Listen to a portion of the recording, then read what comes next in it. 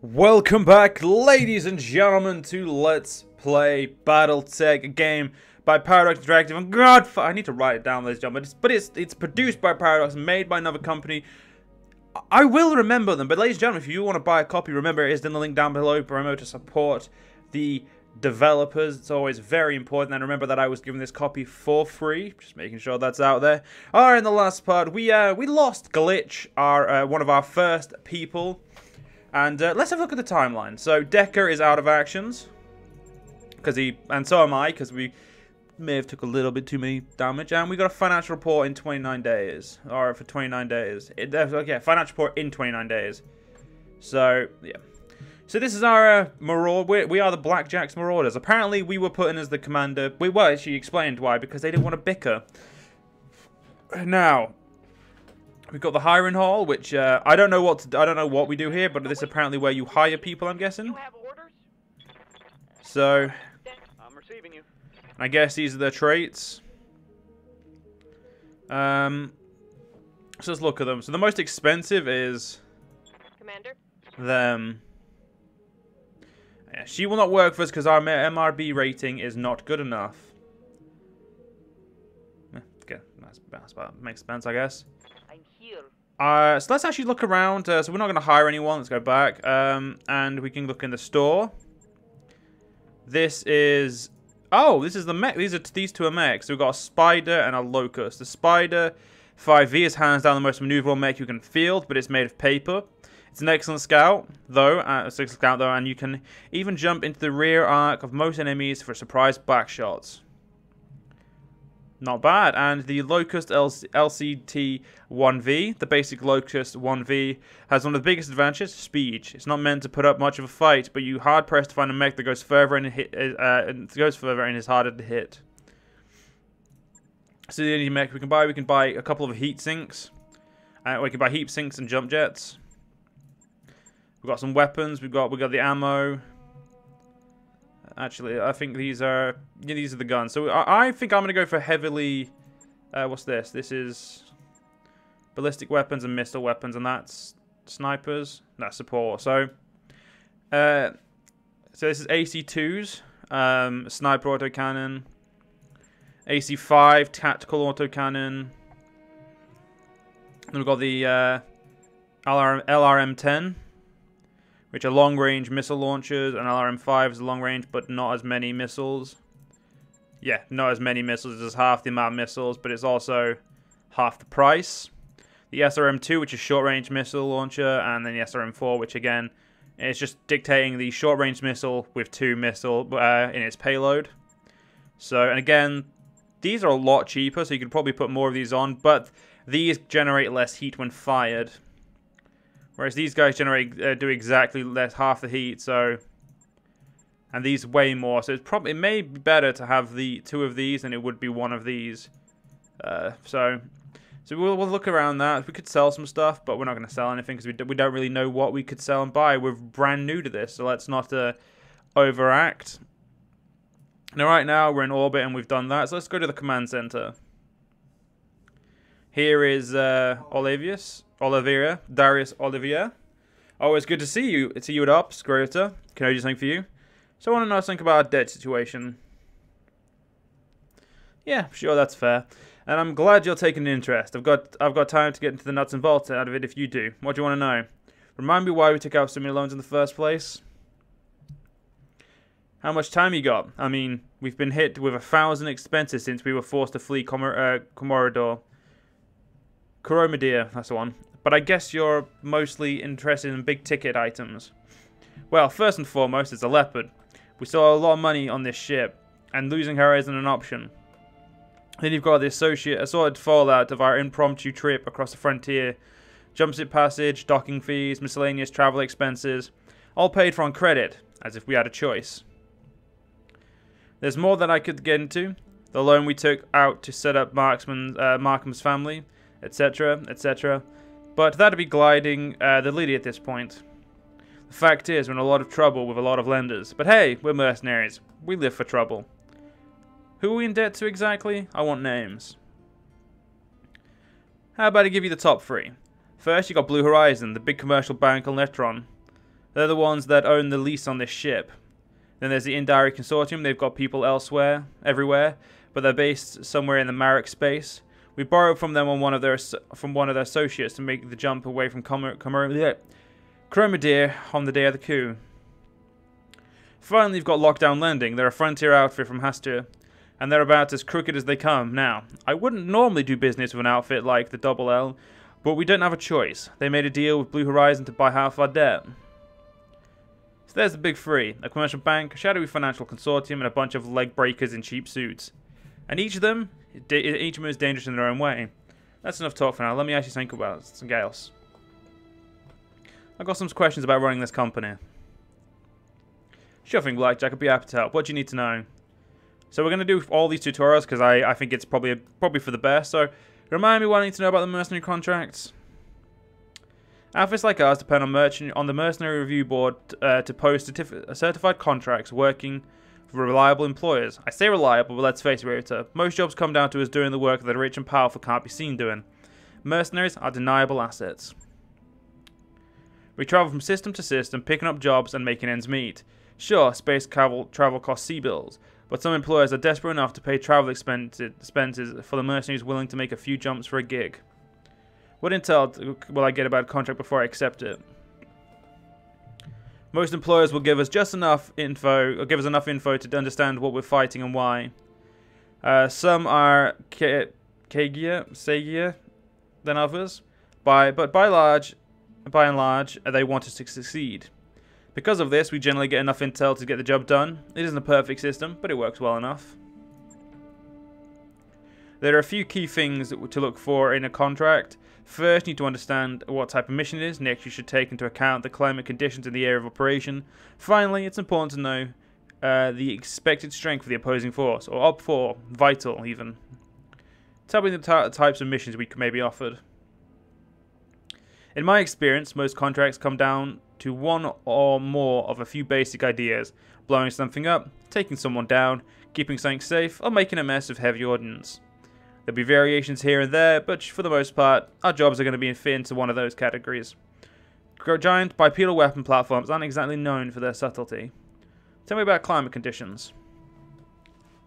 If you're not watching the climate conditions, you're not in full command of the battlefield. In most environments, you've got to watch your MechWarriors' weapons fire and jump jets use so they don't overheat in the battle mechs. Badlands and deserts make your mechs run hotter, so you're going to want to pay careful attention when you're fighting there. Low atmosphere, non-terraformed planets are worse. It'd be wise to swamp out some energy credits for ballistic weapons in those environments, or pack on some extra heat sinks. But the vacuum of a lunar environment is the worst. It's counterintuitive. I know space is cold, right? But no atmosphere means basically no heat dispersion, and just sitting on top of a fusion reactor. You should jump in experimentally, or you'll be shut down in no time. All that being said, frozen environments are like heaven for our MechWarriors. The heat from our weapon fire and jump jets dissipate at a much greater rate, and you'll have the maximum options on the battlefield. Tell me about mission difficulty. It's important to have an idea on what you'll be up against once your lance hits the ground. Unfortunately, mercenaries are often on the arse end of mission intel, and the most we'll usually get is a rating of the enemy's overall strength.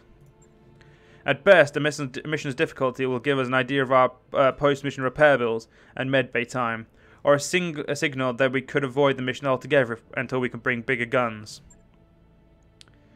As a general rule, we should field the heaviest mechs we can on any given mission.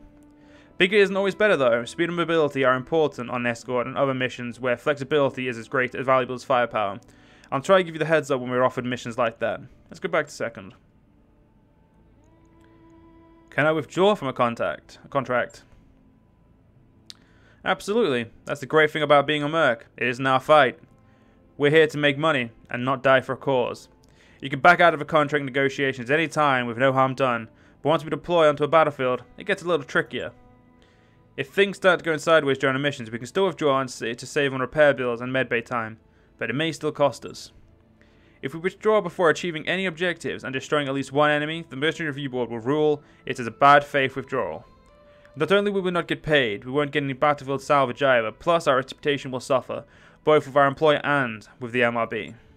Now, if we withdraw after achieving an objective and destroying at least one enemy, then the board will rule it good faith withdrawal, Our pay will be reduced, but our reputation won't take a hit, and that's important for business. One last thing on this subject: if one of our mercs is getting banged up, and it looks like a mech warrior might not make it out alive, you can order them to eject during combat. Some ray will fly suborbital and recover them, and will scoop up their mech after the mission. Tell me about reputation.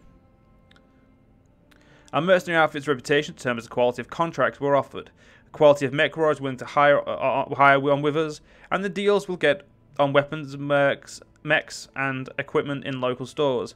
Most employers won't offer us the really juicy contracts until we've proven ourselves over time. But once our rep is solid, we'll get access to some high-paying gigs with opportunities for some serious battlefield salvage. So why is salvage so important? If seal beals are like blood, salvage is like food for a mercenary company, or something like that. I don't really do analogies. Let's just leave it at salvage is good, here's why. Salvage lets you replace components you've lost or upgrade your mechs to better suit your combat tactics. And if you don't end up needing the salvage you get, you can always sell it off at the nearest store. Salvage rights are a time-honored tradition in the mercenary trade, and figuring out who gets what is the end of an arrangement or an engagement is a vital part of our business. In addition to sea bills, most contracts will offer salvage, reflected as a ratio like 2 to 10. The first number represents how many priority salvage items we get to handpick after the battle. The second number is the total amount of salvage we'll get, subject to the whims of our employer. You can negotiate salvage rights for every mission you accept, so keep that in mind. So how do I negotiate a contract? Why not? Mercenary contract negotiations is pretty straightforward out here in the periphery. It's all based on the golden triangle: sea bills, salvage, and reputation. Sea bills are the coin of the realm, so to speak. So we use sea bills to pay for travel expenses, upkeep on our ship, salvage for our crew, and repairs or refits for our mechs. Sea bills keep us flying. Salvage is part of our take 2. The more salvage you take off the battlefield, the fewer sea bills are deposited into our account. The fewer sea bills we ask for, the more salvage we can get. Now, you may want to take less money and less salvage in order to increase our reputation with the party offering the contract. Yeah, it'll cost us now, but the investment could really pay off down the road. Alright, so that's everything about contracts. Now, we've still got finances, MechWarriors, and events, and I'm probably going to talk from all these because I think this is definitely something to know, useful to know. It's pretty simple. Every 30 days, you have to pay the crew and cover our regular operating expenses. Upkeep for the mechs we have ready in our mech base, upgrading our equipment, and things like that. So if we don't have enough sea bills to cover our operating costs at the end of the month, when our financial report comes due, we're out of business. Merc life doesn't allow for second chances. Remember that you're ordering weapon refits and ship upgrades, and make sure to reserve enough to cover our monthly nut. I'm sure this is obvious, but I'm going to ask you anyway. How can I raise operating costs for our company? Obviously, the more mech warriors we hire, the more we got to pay out each month. Nevertheless, it's a good idea to have a strong bench. You never know when someone's going to take one in the meat and be out of action for a while. Any upgrades we make to the ship will have upgrade costs too. Yeah, there are advantages, but there are advantages that require ongoing maintenance, and that cost sea bills. How can I lower operating costs? Well, for starters, I'll consider putting the mechs you don't plan to field for a while into storage. Although it requires time and sea bills to refit their equipment and ready them for combat, stored mechs have no upkeep costs. By the way, remember that you can sell mech chassis and equipment if we're ever low on cash, or you see something shiny in the store that you've just got to have. Anyway, back to operating costs. You can always dismiss a mech warrior if you're having a hard time making payroll, and every month you got to decide how generous to be with their pay. Careful though, a mercenary's salary has a direct effect on the morale. Alright, let's talk about MechWarriors. So, what do you want to know? How much do I need to worry about their morale? Mercenaries aren't like members of the Royal Guard, Blackjack. They're in it for a paycheck and not some loyalty to some noble house. Because of this, keeping their spirits up is important. Mech warriors with high morale getting inspired more often on the battlefield, their heads are in the game, and inspired mech warriors can create opportunities. I've seen inspired mech warriors make precision strikes I thought were impossible, focusing their fire at one location on a speeding enemy as if it were standing still in a shooting range, 25 yards away, while wearing a sign that said "Shoot me" in the neon green. Inspired mech warriors show amazing vigilance too. They seem to have an uncanny ability to blunt incoming damage and have heightened reflexes, so they act faster on the battlefield. Amazing stuff. On the other hand, I've seen mechs with low morale up and leave an outfit like ours without warning. Sometimes you'll see it coming, sometimes you won't. So yeah, You need to worry about their morale, Blackjack. You're the boss. What sort of control do I have over their training? MechWarriors gain experience in every mission they complete. You can chart their training and guide their development from 4 skills. Gunnery, piloting, guts, and tactics. As they become stronger in particular skill, your MechWarriors gain access to special abilities that can be used in combat. The first ability the MechWarriors is the MechWarrior specialization. MechWarriors can only have only 2 specializations total, so pay attention when you're training them. The first 2 they acquire are the only 2 they'll have. The second ability is the MechWarriors expertise. MechWarriors will get only 1 of these, and it has to be from one of their specializations. Whichever expertise they learn first is the only one they'll have. So 3 abilities total per MechWarrior, and that's a lot of possible combinations. You'll need to decide for yourself which abilities work the best together according to your combat style, or command style. Lastly, nearly every skill increases also grants a minor boost to some facet of combat performance. MechWarriors can become more accurate with long-ranged or melee attacks, can keep their mech stable for longer under sustained fire, or even take more injuries before being incapacitated. Hell, they can even get better at taking cold shots when the opponent comes up. Do more experienced MechWarriors require high salaries? Wouldn't you? As MechWarriors grow in skill and abilities, their salaries will grow with them.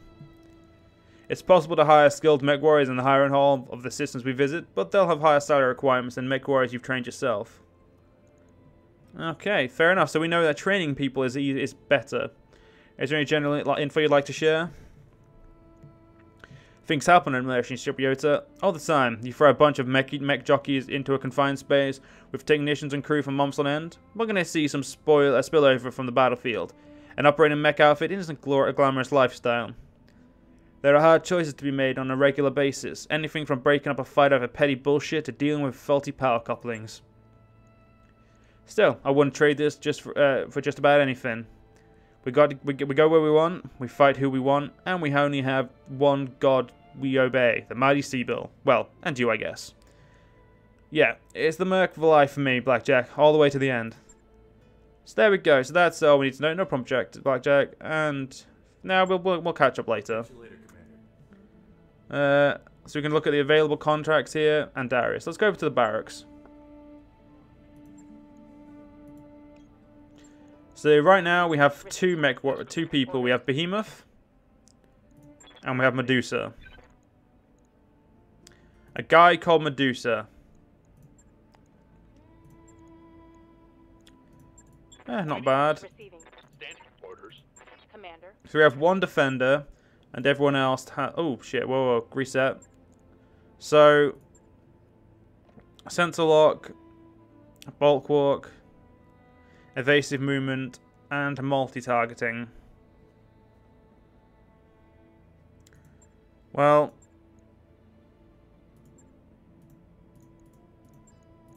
I kind of want to get myself up a little bit better. I don't want to specialize. Oh no.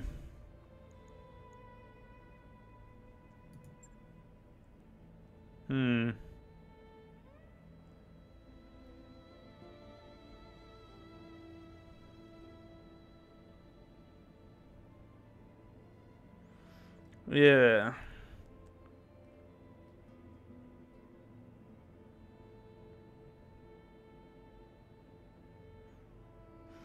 I really don't know what I want to be, ladies and gentlemen. Kind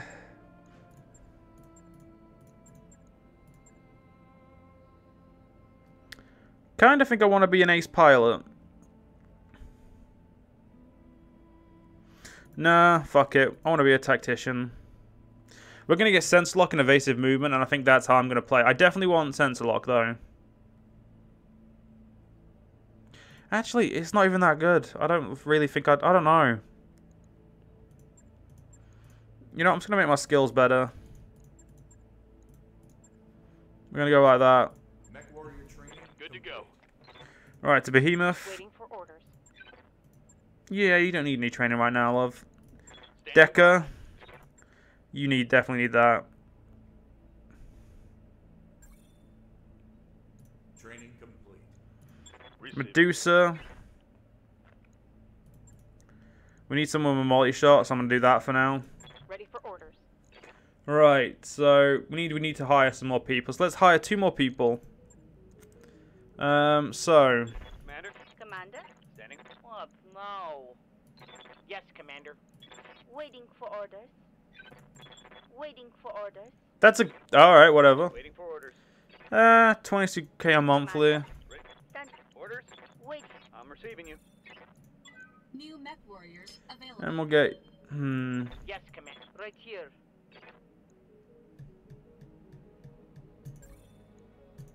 New MechWarriors. That'll do. Anyway, let's go to the mech bay. Let's look at the bays first. So we've got... some repairs. We've got a decent amount of repairs to get done. But unfortunately, ladies and gentlemen, we're going to have to end this part here. And in the next part, we'll continue on. I'll see you guys then.